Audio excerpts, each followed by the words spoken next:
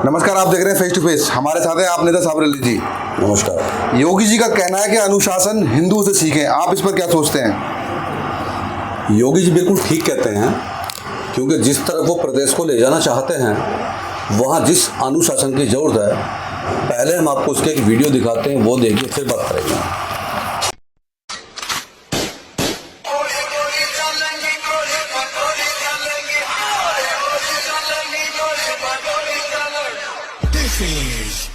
DJ ओम blaster.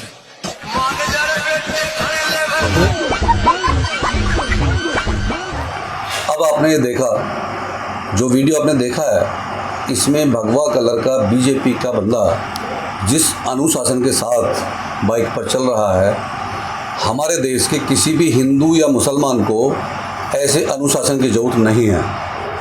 मुझे लगता है कि योगी जी को, जो उनकी टीम के लोग हैं, जो लोग उनका साथ देते हैं, इस अनुशासन को सिर्फ वही सीख सकते हैं और वही चला सकते हैं। बाकी मैं समझता हूँ कि देश का कोई भी शरीफ आदमी इस अनुशासन के तहत नहीं काम करेगा, नहीं चलेगा। सर, आप देश के जो कई सारे हिंदुओं के संगठन हैं, जैसे बजरंग दल है और भी शिवसेना है, बहुत सारे दल हैं जिन पर आप आरोप लगा रहे हैं, लेकिन देश हित में बजरंग दल तो बहुत अच्छा काम करता है। देखिए, मैं जो आरोप लगाता हूँ उसमें सच्चाई होती है, क्योंकि मैं कोई भी बात बिना प्रूफ के नहीं करता। अब पहले आप बजरंग दल के एक कार्यकर्ता की ये वीडियो देखिए, फिर हम आपसे बात करते हैं। ये छापेमारी की गई है एक बजरंग दल के कार्यकर्ता के घर पर।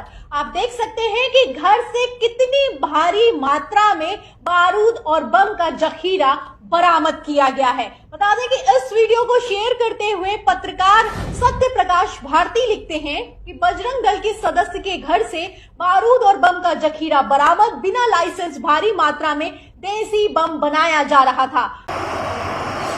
अब आपने वीडियो देखा, ये देखिए, योगी जी के उत्तर प्रदेश में ही लोनी गाजियाबाद ये बजरंग दल का कार्यकर्ता, जो योगी जी की पुलिस ने ही इसको गिरफ्तार किया है, जिसके पास बम का जखीरा और बम बनाने का बारूद, हथियार बड़ी मात्रा में इसके पास से बरामद हुए हैं।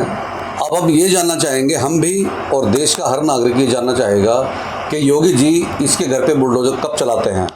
और मैं उस दलाल मीडिया से भी पूछना चाहता हूं कि अगर गलती से ये दूसरे समुदाय का बंदा होता तो अब तक सारे चैनलों पे एक हफ्ते तक यही समाया हुआ होता कि अभी एक मुसलमान के घर से या फारूक अली के घर से बम का जखीरा और हथियारों का जखीरा पकड़ा गया। यही असली देश के गद्दार हैं। अब मैं योगी जी से पूछना चाहूँगा और उनके लोगों से और दलाल मीडिया से कि ये कोई धर्मगुरु है जिसके पास से इतना बारूद और हथियार बरामद हुए हैं और बम बनाने की फैक्ट्री चला रहा है, हथियार बनाने की फैक्ट्री चला रहा है। वो प्रदेश में क्या करना चाहता था या किसकी शय पर ये काम कर रहा था? अगर अब हिम्मत है प्रशासन में तो इसकी सच्चाई सामने लाकर दिखाएं, फिर हम समझेंगे कि हिंदू मुसलमान में कोई फर्क नहीं करते। सर, अब तो मुस्लिम महिला नाजिया खान भी ऐसा बोल रही हैं कि संसार में 56 देश हैं मुस्लिम, फिर भी भारत से ज़्यादा सुरक्षित मुसलमान कहीं नहीं है। और यदि वो अपनी पवित्रता साबित करें, अपनी वो साबित करें कि वो देशभक्ति हैं। देखिए, सोचते हैं कोई भी पवित्रता या देशभक्ति ऐसे मेंटल, इसको मैं क्या कहूँ, मुझे समझ नहीं आ रहा, क्योंकि एक लेडीज़ है, कुछ अभद्र भी नहीं बोल सकते हैं, लेकिन इसकी मेंटल स्थिति ठीक नहीं है। हमें कोई भी प्रमाण पत्र देने की या लेने की इससे कोई ज़रूरत नहीं है। मुझे लगता है ये लड़की मुस्लिम ही नहीं है, ये फर्जी मुस्लिम बनाई गई है इसी तरह से लोगों को बदनाम करने के लिए और अपने आप को हाईलाइट करने के लिए।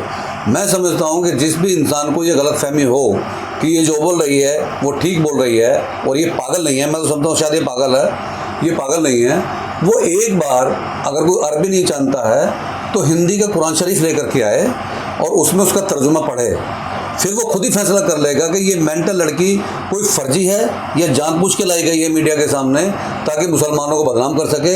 जो ये बोल रही है वो बिल्कुल बकवास है, उसमें कोई सच्चाई नहीं है। जिसको यकीन ना हो वो हिंदी का कुरान शरीफ ले आए और तर्जुमे के साथ पढ़े, उसकी गलतफहमी खुद ब खुद दूर हो जाएगी। तो देश के युवाओं को, जो लोग ऐसे ऐसे कार्यक्रम देखते हैं, ऐसी ऐसी वीडियो देखते हैं, उनको आप क्या संदेश देना चाहेंगे?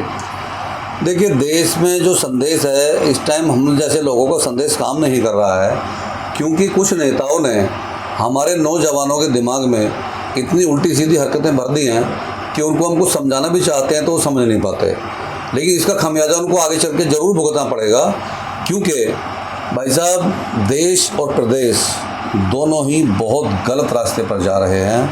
अब अभी आप बीजेपी के एक नेता की करतूत देखिए और फिर आप देखना कि हम देश को कहाँ ले जा रहे हैं। जिनके हाथों में देश की जिम्मेदारी है वही लोग क्या कर रहे हैं। आप ये पहले वीडियो देखिए। आपने वीडियो देखा, इस बीजेपी का नेता ने पहले रेप किया है, उसके बाद उसके चेहरे पे इसने कोई वायरस डाला है, इंजेक्शन लगाया वायरस का, उसके बाद उसके चेहरे पे पेशाब किया है। इससे शर्मनाक हरकत और कोई हो सकती है? क्या वो इस देश की बेटी नहीं थी? क्या इस देश की बेटी नहीं है?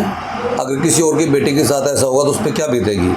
तो बीजेपी के लोग इस वक्त जो गुंडागर्दी मचाए हुए हैं, मुझे नहीं लगता कि देश का कोई भला होगा। हमारा देश और प्रदेश डे बाय डे एक बहुत गहरे गड्ढे में जा रहा है, जिसको हमें निकालने की ज़रूरत है। सरकार ने हाल ही में एक बहुत बड़ा एक्शन लिया है। जो OTT प्लेटफॉर्म पर कुछ अश्लील परोसा जा रहा था सोशल मीडिया पर, कुछ OTT प्लेटफॉर्म को बंद कर दिया है। आप क्या सोचते हैं? देखिए, इससे कुछ नहीं होगा। एक को बंद करेंगे दूसरा खुल जाएगा।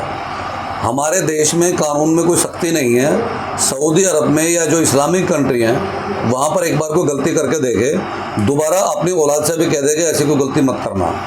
अभी मैं एक वीडियो देख रहा था, वो शायद दुबई की थी। वहाँ पर मुलजिम को उन्होंने 24 घंटे के अंदर पकड़ लिया और पब्लिक के सामने गोली मार दी। तो वह दोबारा कोई ऐसी हिमाकत नहीं करेगा। हमारे देश में क्या है, आप ये देखिए, इससे बड़ी गद्दारी और क्या होगी। जो मैं अभी आपसे बोल भी रहा था कि जो देश को चला रहे हैं बीजेपी के लोग, वही देश के साथ गद्दारी भी कर रहे हैं। उससे पहले आप वीडियो देखिए कि बीजेपी के 11 सदस्य क्या कर रहे थे। खबर मध्य प्रदेश से, जहां MP पुलिस ने पाकिस्तान के लिए जासूसी करने वाले 11 लोगों को गिरफ्तार किया है। ATS की गिरफ्त में ISI के 11 लोगों में से एक ध्रुव सक्सेना नाम का शख्स है, जिसे कल भोपाल से गिरफ्तार किया गया। ध्रुव पहले बीजेपी की भोपाल जिला इकाई में IT सेल से जुड़ा हुआ था। अब आपने वीडियो देखा, दलाल मीडिया ने इसको कहीं पर भी नहीं दिखाया है, क्योंकि ये 11 सदस्य टोटल बीजेपी के हैं, जिनके बाय नेम टीवी पर दिखाया जा रहा है और ये पाकिस्तान के लिए जासूसी कर रहे थे। पाकिस्तान के लिए जासूसी हो या किसी देश के लिए जासूसी हो, उसमें एक देश का दूसरे देश के लिए यही रवैया रहता है कि अगर ऐसा कोई गद्दार पकड़ा जाए तो उसको बहुत सख्त कार्रवाई के साथ में, कानूनी कार्रवाई उसके साथ की जाती है। लेकिन क्योंकि ये 11 सदस्य बीजेपी के हैं, अभी तक ये न्यूज़ में भी नहीं आए हैं और किसी मीडिया ने इनको नहीं दिखाया है। तो जिस देश की मीडिया इतनी दलाल और इतनी भयंकर गद्दारी करेगी, उस देश का भविष्य क्या होगा, इससे आप अंदाज़ा लगा सकते हैं कि अपने देश की खुफिया जानकारी 11 लोग दे रहे थे और अभी तक इनके खिलाफ कोई एक्शन नहीं है। नौजवानों के लिए क्या कहना चाहेंगे? देखिए, मैं नौजवानों से सिर्फ एक ही अपील करता हूँ बार बार कि भाई, आप अपने अच्छे समय को भी जानते हैं और ख़राब को भी जानते हैं। मैं आपसे एक ही रिक्वेस्ट करूँगा कि सही गलत को आप पहचानें। आप मेरे बहकावे में भी ना आए और नेताओं के बहकावे में भी ना आए। जो आपको लगता है कि हमारे देश हित में है, हमारे अपने परिवार के हित में है, हमारे हित में है, आप वो काम करें और अपनी पढ़ाई लिखाई पर ध्यान दें, अपने बिजनेस पे ध्यान दें। ये लाठी डंडे उठाने पे जो आपको मजबूर किया गया है, आज आपको ज़रूर ही ठीक लग रहा है, लेकिन कुछ टाइम बाद जब आपके बच्चे होंगे, वो आपसे पूछेंगे आप क्या करते हैं, तो आप उनको जवाब नहीं दे पाएंगे मेरे भाई। तो आप हिंदू मुसलमान को छोड़िए और अपने देश और अपने परिवार के हित में काम कीजिए। इसी के साथ जय हिंद, खुदा हाफिज़, अस्सलाम वालेकुम।